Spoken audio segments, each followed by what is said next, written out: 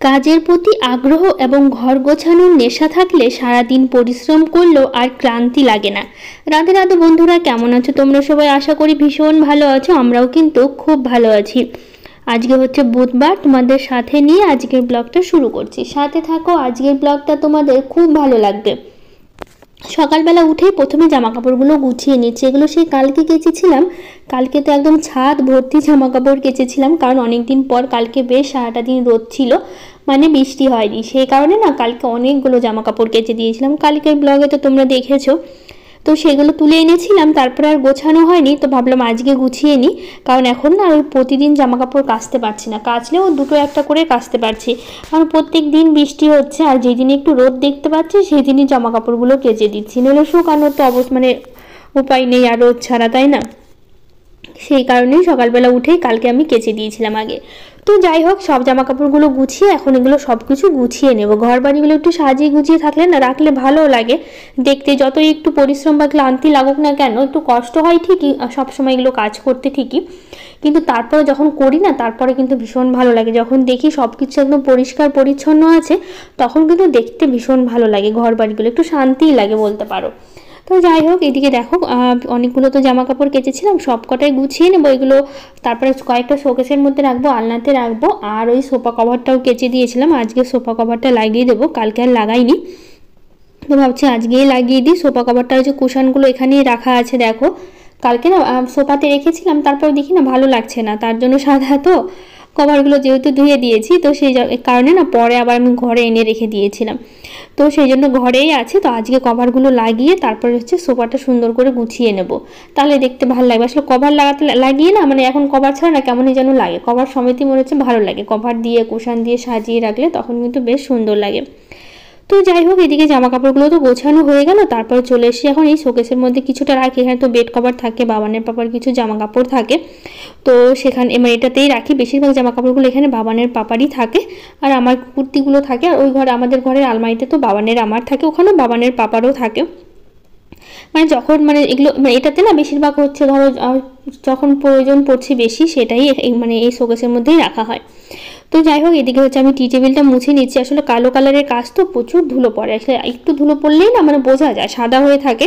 কালো কালারটা নিয়ে এরকম হয়ে গেছে। এখন একটু ঘর বাড়িগুলো ঝাড়টার দিলেও না সব ধুলোগুলো মনে হয় যেন এই যে টি টেবিলের উপরে এসে পড়ছে। ঝাড় দেওয়ার পরও তখন আরেকবার করে মুছে নিতে হয়, নইলে না সাদা সাদা হয়ে থাকে, দেখতেও না খুবই বাজে লাগে। মনে হচ্ছে যেন মনে হয় যে কতদিন ধরে যেন টি টেবিলটা মুছি না, কিন্তু মুছি কিন্তু দিনে দুবার তিনবার মোছা হয়ে যায়, কারণ যতবার ঝাড় দিতে হয় ততবার তারপরে ঝাড় দেওয়ার পর মুছতে হয়, কিন্তু দেখে মনে হয় অনেক দিন ধরে মুছছি না। তো যাই হোক, এদিকে দেখো কভারটা ভালো করে লাগিয়ে দিচ্ছি। এই দিকটা লাগানো হয়ে গেছে, এখন কুশানের কভারগুলো একটু লাগিয়ে দেবো, কারণ সোফার কভারটা তো মোটামুটি হয়ে গেল লাগানো। ওই যে কুশানগুলো নিয়ে চলে এসে কভারগুলোও নিয়ে এসছি। এখন একটা একটা করে কভারগুলো লাগাবো, তার আগে তারপর হচ্ছে সব কিছু করবো। এদিকে ঘর বাড়িগুলো পরিষ্কারও বাকি আছে, ঝাড়ঝাঁটা দেবো, মুছবো, অনেক কিছুই বাকি আছে। আগে এই দিকটা করে নিই, তারপরে হচ্ছে ওগুলো করবো। আর এইদিকে বাবানের পাপা ও বাবান দুজনেই কিন্তু ঘুমিয়ে আছে, এখনও ঘুম থেকে ওঠেনি। আমি এইদিকে তার কাজগুলো করছি, সেই জন্য ভাবছিলাম পরে জামা কাপড়গুলো গোছাবো, কিন্তু এইদিকে ওরা ঘুম থেকে ওঠেনি, আর বিছানাটাও গোছাতে পারিনি। সেই কারণে ভাবলাম কি তাহলে এই দিকটা কাজ কিছুটা এগিয়ে রাখি, তো এগুলো করতে করতে ওদের ওঠার সময় হয়ে যাবে। সকালবেলা করে না বেশিরভাগ দিনগুলো বাবানের পাপা বাবান একটু দেরি করে ওঠে, আমাকে সকালবেলা উঠতে হয়, কারণ কাজকর্মগুলো থাকে তো সেই জন্য। তো যাই হোক, এদিকে কুশনের কভার লাগাতে লাগাতে যে দেখো বাবানও উঠে পড়েছে, উঠে এখানে দাঁড়িয়ে আমার সাথে গল্প করছে। কি যে বলছিল আমার না একদমই খেয়াল নেই, যে ভুলেই গেছি কি নিয়ে আমাদের আলোচনা হচ্ছিল। তো এদিকে কাজ করছিলাম আর বাবান আর আমি গল্প করছিলাম দাঁড়িয়ে দাঁড়িয়ে। তো যাই হোক, এদিকে নাইটিগুলো রাখলাম, বাবানের প্যান্টগুলো এখন রেখে দিচ্ছি, কারণ বাবানের প্যান্টগুলো সবসময় নিচেই রাখি, ছোট ছোট তো সেই কারণে হচ্ছে নিচেই রাখা হয়। তো যাই হোক, এদিকে দেখো বাবানের প্যান্ট গেঞ্জি সবটাই কমপ্লিট হয়ে গেলো রাখা। এদিকটা এখন গুছিয়ে নেবো, আর নিচের বইগুলো একটু গুছিয়ে নেবো, তাহলে এই দিকটা গোছানো হয়ে যাবে। কারণ সব কিছু একটু সারাদিন পর না একটু অগোছালো হয়, যতই গুছিয়ে রাখি।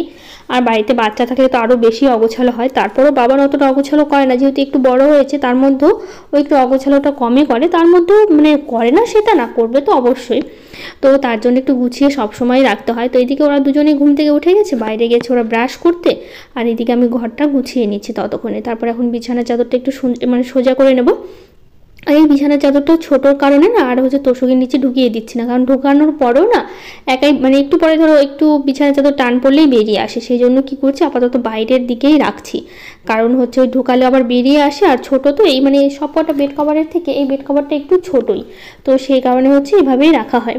তো চলে আসলাম এই ঘরটাতে, যে বাবান কালকে ল্যাপটপ দেখছিল ওভাবেই ল্যাপটপটা রেখে দিয়েছে, তো সেটা একটু গুছিয়ে নিয়ে এক সাইডে মানে গুছিয়ে রাখি, নিয়ে তারপরে হচ্ছে ঘরগুলো ঝাড় দেওয়া শুরু করবে। এদিকে সব বিছানা গোছানো হয়ে গেছে, তারপরে এখন এই যে ঘরগুলো ঝাড় দিচ্ছি। ঘরগুলো ঝাড় দিতে না অনেকটা সময় লাগে, যেহেতু অনেকটা বড় তো বাড়িটা, তো ঝাড় দিতে না বেশ অনেকটা সময় লাগে।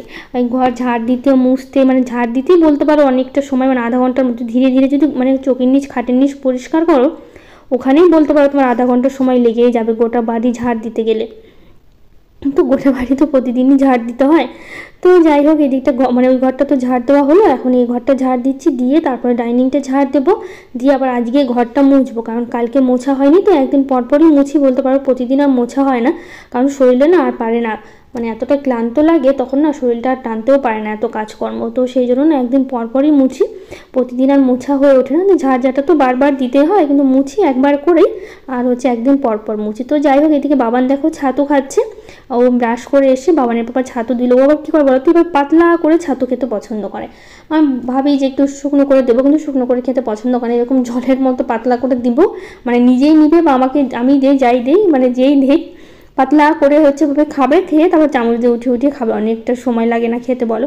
আমি বলি তাহলে গ্লাসে দিচ্ছি, তাহলে গ্লাসে জলের মতো করে ঢক ঢক করে খেয়ে নাও। বলছে না আমি চামচ দিয়েই খাবো। তো ওই বাটির মধ্যে কী করে পাতলা করে গুলে নিয়ে তারপরে ছাতুটা খায়। তো যাই হোক, এদিকে কাজকর্ম তো মোটামুটি কিছুটা মানে এগিয়ে থাকলো। এখন হচ্ছে এই যে ঘরগুলো মুছে নিচ্ছি, ঝাড়ঝাড়টা সব কমপ্লিট হয়ে গেছে, শুধু মোছাটাই বাকি আছে। তো এখন ঘরগুলো মুছে তারপরে বাকি কাজগুলো করব। তো হোম মেকার সাবিনা ব্লগ থেকে দিদিভাই বলেছে আমাদের এখানে তো খুব রাস্তাঘাটগুলো কাদায় ভরপুর, বৃষ্টির কারণে একদম বাইরে বেরোতে মানে ইচ্ছে করে না, বাইরে হাঁটাঘাটা করতে পারাই যায় না দিদি। খুব ভালো লাগলো ভিডিওটা, থ্যাংক ইউ দিদিভাই। আমাদের এখানেও সেরকম কাদা নেই ঠিকই, যেহেতু আমাদের বাড়ির সামনে একটু লালমাটির রাস্তা, তারপরে তো একটু গেলে তো মেন রোড দেখতেই পাচ্ছ, কারণ আমাদের বাড়িটা হচ্ছে মেন রোড থেকে খুব একটা ভেতর না, একটা বাড়ির পরে একটুখানি রাস্তা, তো সেই জন্য আমাদের এখানে কাদাটা ঠিক না, কিন্তু বৃষ্টি বৃষ্টি করে তো অসুবিধা হয় একটা সব কিছুর জন্য, বেরোনো যায় না, কোথাও যাওয়া যায় না, সারাক্ষণ বৃষ্টি। আর এই যে অনেক দিন ধরে বৃষ্টিটা ধরেছে, বৃষ্টি কি আর ছাড়ে বলো? আর প্রতিদিন তো এভাবে বৃষ্টি নামলে কাদা তো হবেই, যতই মানে বৃষ্টি এত নামার পর কাদা না হয়ে পারে। তো যাই হোক, ছোটো ঘরটাও মুছে নিলাম, এদিকে দুটো ঘর মোছা বাইক হয়ে গেছে, এখন এই সাইডটা মুছে নিলেই হয়ে যাবে। তো সিম্পল বিবিতা বোন বলেছে আজকের ভিডিওটা খুব সুন্দর লাগলো, তোমার জন্য অনেক ভালোবাসা রইলো দিদিভাই। আমারও রাতে রুটি ভাত খেতে ভালো লাগে না, তাই আমাদেরও রাতে রুটি খাওয়া হয়। তো আমারও তো ভাত খেতে ভালো লাগে না, মনে হয় একবারই ভাত খাই, কিন্তু কী বলো তো বাবানের পাপা না, ওর আবার যতবার ভাত দেবে ও ততবার ভাত খাবো, ওকে রাতে করে যদি ভাত দাও ও তো খুব খুশি, রুটি একদমই খেতে চায় না। আমার আবার কি বলো তো, রুটি বেশি ভালো লাগে ভাতের থেকে, মনে হয় রাত্রেবেলা করে রুটি খাই, কিন্তু মাঝে মধ্যে রুটি করি, কিন্তু বেশিরভাগ দিনগুলো না কী করি বলতো, আমার জন্য দুটো একটা রুটি করে নিই রাত্রেবেলা, আর ওর জন্য হচ্ছে ভাতই করতে হয়, কারণ ও ভাত খেতে ভীষণ পছন্দ করে, রুটি খেতে একদমই পছন্দ করে না। তো যাই হোক, এদিকে বাসি কাজগুলো হয়ে গেল, তারপরে স্নান সেরে চলে এসেছি ঠাকুর ঘরে। বাবানের পাপা ওইদিকে ফুল তুলে দিয়েছে, কারণ সকালবেলা করে তো বেশিরভাগ বাবানের পাপাই ফুল তুলে দেয়, তো আজকেও সব ফুল বাবানের পাপাই তুলেছে। তুলে নিয়ে তারপর এখন এই যে ঠাকুরকে সুন্দর করে সাজিয়ে দিচ্ছি, ফুল দিয়ে সাজিয়ে দিয়ে তারপরে পুজো দেবো। পুজো শেষ করে রান্না করবো। এদিকে বাবানেরও স্কুল আছে, বাবানের পাপারও আছে, দুজনেই স্কুলে যাবে আজকে, তো সেই কারণে হচ্ছে এদিকে আগে পুজোটা দিয়ে তারপর হচ্ছে রান্নাটা বসাবো। তো এদিকে ঠাকুরকে জল দিয়ে দিলাম, দিয়ে তারপর এদিকে বাকি ঠাকুরগুলোকে ফুল দিয়ে সাজিয়ে দিচ্ছে। আজকে বেশ ভালোই অনেকগুলো ফুল ফুটেছিল গাছে, আর অনেক ফুলই ফোটে, কিন্তু সব ফুল না প্রতিদিন তোলা হয় না, কারণ সব ফুল তুলতে গেলে অনেকটা সময় লেগে যায়। তো যে কারণে হচ্ছে যে কটা মানে যতটুকু না তুললে হয় না ততটুকুই তুলে, আর বাকি ফুলগুলো গাছেই থেকে যায়। তো এদিকে দেখো ঠাকুরকে সুন্দর করে সাজিয়ে পুজো দিয়ে দিয়েছি, দিয়ে তারপরে হচ্ছে এদিকে যাব তুলসী মন্দিরে, তুলসী মন্দিরে তুলসী গাছে জল দেবো, দিয়ে তারপরে যাব হচ্ছে রান্না করতে, কারণ রান্নাটা বাকি আছে আজকে।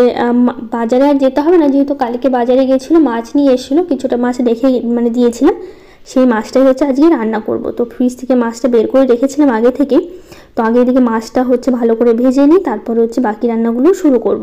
আর পাশে কিন্তু আমি ভাতটা বসিয়ে দিচ্ছি, যাতে হচ্ছে তাড়াতাড়ি হয়ে যায়। আর এদিকে মাছের ঝোলটা করবো, এদিকে সবজিটাও কেটে নেবো। আজকে একটা মানে সব মিশালি একটা তরকারি করবো সব রকমের সবজি দিয়ে।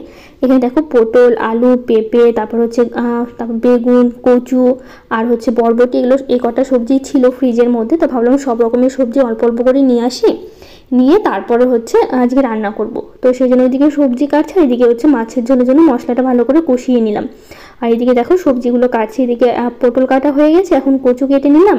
আর এদিকে পেঁপেটা হচ্ছে ছিলে নিচে, গাছের পেঁপেটা মানে গাছেরই পেঁপে, কারণ হচ্ছে যে গাছটা তো মরে গেছে এখন, আর পেঁপেগুলো আছে তো এখন সেই পেঁপেগুলো তো খেতে হবে, কারণ গাছটা এত সুন্দর পেঁপে হতো, কিন্তু হঠাৎ করে বৃষ্টির জন্য না কিসের জন্য ঠিক বুঝতে পারলাম না একাই পেঁপে গাছটা না মরে গেল। জানো তো এই পেঁপে এত ধরেছিল গাছটা, তোমাদের তো একদিন দেখিয়েছিলাম, আরও ছোট ছোট কত পেঁপে হতো ছোট ছোট ধরে আছে, সেগুলো একাই এখন ঝরে পড়ছে, কারণ গাছটা আর বাঁচবে না সেই জন্য। তো এদিকে দেখো মশলা কষিয়ে ঝোল দিয়ে দিয়েছি, মাছের ঝোলটা ওইদিকে ফুটছে। আর এদিকে পাট শাক করে নিয়েছি, পাট শাকটা বাগান থেকে বাবানের বাবাই কালকে তুলে রেখেছিল, আমি তুলিনি। তো কালকে তো আর করা হয়নি, কারণ কালকে বিকেলবেলা তুলেছিল, তো ভাবলাম আজকে সকালবেলায় করবো। তো এদিকে পাট শাক করছি, আর এদিকে হচ্ছে মাছের ঝোলটা করে নিলাম। তো যাই হোক এদিকে দেখো পাট শাকের জন্য এই যে পেঁয়াজ, কালো জিরে আর হচ্ছে শুকনো লঙ্কা ফোড়ন দিয়েছি, এটা দিয়ে মাছের ঝোলটা করছি। তো হেনা দিদিভাই বলেছে তোমার মতো আমারও ভীষণ মাথার যন্ত্রণা হয়, ডাক্তার বলেছে মাইগ্রেন হয়েছে। তো আমার তো প্রচণ্ড হয়, আমারও হতে পারে, আমি ঠিক জানি না। তো যাই হোক এদিকে দেখো শ্যাম্পু করেছিলাম, কিন্তু চুলটা এখনও খুলতে পারিনি, কারণ পুজো দিয়ে আবার রান্নাটা বসিয়ে দিলাম। তো ভাবলাম কি একবারে রান্নাটা করে নেবো, তারপরেই চুলটা খুলবো, নইলে ভেজা চুল খুলে না আমি আবার রান্না করতে পারি না, প্রচণ্ড অসুবিধা হয় চুলগুলো। তো সেই জন্য এভাবে বেঁধেই রেখেছি, তো স্নান টান করে শুকিয়ে নেবো। তো যাই হোক এদিকে সবজিটা বসিয়ে দিয়েছে, পাশে তো পাট শাকটা হচ্ছে, আর একটু ভাজা ভাজা করে নেবো, তাহলে পাট শাকটা হয়ে যাবে, আর সবজিটা হতে একটু সময় লাগবে। তো হচ্ছে নাজু অফিসিয়াল থেকে দিদিভাই বলেছে, আচ্ছা আপু তোমার প্রথম ইনকাম কত ছিল, তোমার কি কোনো ফেসবুক পেজ আছে, তুমি কি ইউটিউব থেকে পেমেন্ট পেয়েছো, কত ছিল তোমার প্রথম পেমেন্ট পাওয়া ইউটিউব থেকে? অনেকগুলো প্রশ্ন করে ফেললাম, রাগ করো না। না গো আমি একদমই রাগ করিনি, আসলে আমি পেমেন্ট পেয়েছি অনেক দিন হলো, ঠিক কবে পেয়েছি আমি মনে নেই সঠিক, তাও হচ্ছে 6-7 মাস আগে মোটামুটি আমি পেয়েছি, 6-7 মাস বোধহয় হয়ে গেল, কারণ হচ্ছে প্রথম পেমেন্ট আমি পেয়েছি। আর হচ্ছে কত পেয়েছি সেটা ঠিক আসলে কি বলতো, ওরকম তো ভিডিওতে বলতে নেই, তো সেই জন্য আমি বলতে পারছি না কত পেয়েছি। আর হচ্ছে তুমি বলেছো যে ফেসবুকের কথা, তো আমার একটা ফেসবুক অ্যাকাউন্ট আছে, তোমাদের সবাইকে বলছি একটা ফেসবুক অ্যাকাউন্ট আছে, প্রিয়াঙ্কা বিশ্বাস রায় নামে একটা ফেসবুক অ্যাকাউন্ট আমি খুলেছি, তোমরা চাইলে ওখান থেকেও ভিডিও দেখতে পারো। ওখানে আমি ছোট ছোট করে অনেক ভিডিও দিই, এখানে ইউটিউবে যেরকম একটু লং ভিডিও দিই, কিন্তু ওখানে আমি একটু শর্ট ভিডিও দিই, ছোট করে 3 মিনিট 4 মিনিট 2 মিনিট এরকম করে ভিডিও দেওয়া হয়, তোমরা চাইলে দেখতে পারো। তো আমি আরেকবার করে বলছি, প্রিয়াঙ্কা বিশ্বাস রায় নামে হচ্ছে চ্যানেলটা আছে, তো তোমরা চাইলে দেখতে পারো। ওখানে ছোট ছোট করে তো ভিডিও দিই, আর ওখান থেকে আমরা মেসেঞ্জারে কথাও বলতে পারি, কেউ যদি তোমরা কথা বলতে চাও আমার সাথে, তো সেখান থেকে SMS করতে পারো, আমি সেখান থেকে তোমাদের রিপ্লাই দেবো বা কথা বলতে পারবো তোমাদের সাথে। তো যাই হোক রান্নাবাড়ি শেষ করলাম। আজকে না বাবানের বাবা আমি জানি না যে স্কুলে যাবে না, আসলে আমাকে বলেইনি, কি করেছে বলো তো, বাবানকে নিয়ে স্কুলে চলে গেছে, তারপরে হঠাৎ ফোন করে বলছি আজকে স্কুলে যাবো না, কী কী বাজার লাগবে আমাকে বলো আমি নিয়ে আসছি।